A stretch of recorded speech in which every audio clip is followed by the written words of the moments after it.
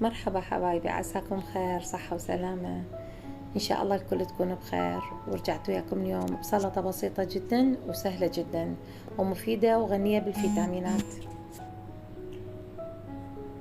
هنا المقادير عندي واضحة جدا وسهلة وموجودة بكل بيت. البرغل موجود والخيار والطماطة والمعدنوس، هذه أطباق يعني مواد رئيسية بالبيت. عندكم البرغل تنقعونه بمي حار فاير مغلي احنا نقول عليه، وتتركونه لحد ما يبرد وبعدين تشتغلون بيه. معدنوس باقة كبيرة كلش او حسب الرغبة، وطماطة هنا أنا عندي حبتين كبار، وحبة خيار وعصير ليمونة واحدة. وعندي هنا مكون الكمون تقدرون تستخدمونه وتخلون من عنده، بس اهم شي الكمون لا تكثرون. هنا أنا ضفت الطماطة وضفت الخيار، ونضيف المواد شي ورا شي وبعدين نبدي نخلطهم. هنا أنا راح أضيف المعدنوس بهذا الشكل، وهنا أنا راح نخلي البرغل. وطبعا هنا الإضافات بكيفكم، تقدرون تزيدون هواية إضافات، تقدرون تخلون فلفل أبيض، رشة نعناع يابس، زيت الزيتون، كل شي تقدرون تخلون بيها. هنا أنا نص خاشوقة شاي كمون وعصير ليمون فريش، أهم شي يكون الليمون فريش، يكون كلش طيب طعمه.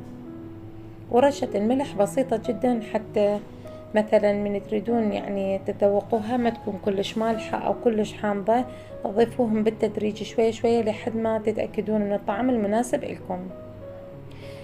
تقدرون تضيفون زيت الزيتون، قلت لكم تضيفون توابل، يعني كل شيء تقدرون، هواي إضافات بالتبولة، لكن أنا سويت لكم إياها بأبسط المواد وطعمها طلع جدا راقي وكلش طيب.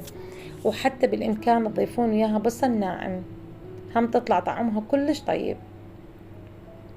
لكن أنا اكتفيت بهذني المواد الأساسية الأربعة، وكلش كلش عجبني طعمها وحبيت أجربها وياكم. احنا البارحة سويناها واليوم حبيت أسويها وأشوفكم إياها. تخلوها بالثلاجة ترتاح تقريبا في الساعة أقل شي قبل التقديم، على مود تكونون محصلين على نتيجة كلش طيبة، ويعني ممتزجة كل المواد وممتصة بعضها البعض السوائل والنكهات. تحياتي لكم من قناة هلو قرنفل، وإن شاء الله أرجع وياكم بوجبة جديدة ووصفة جديدة، وإن شاء الله لا تنسون الاشتراك ودعم القناة.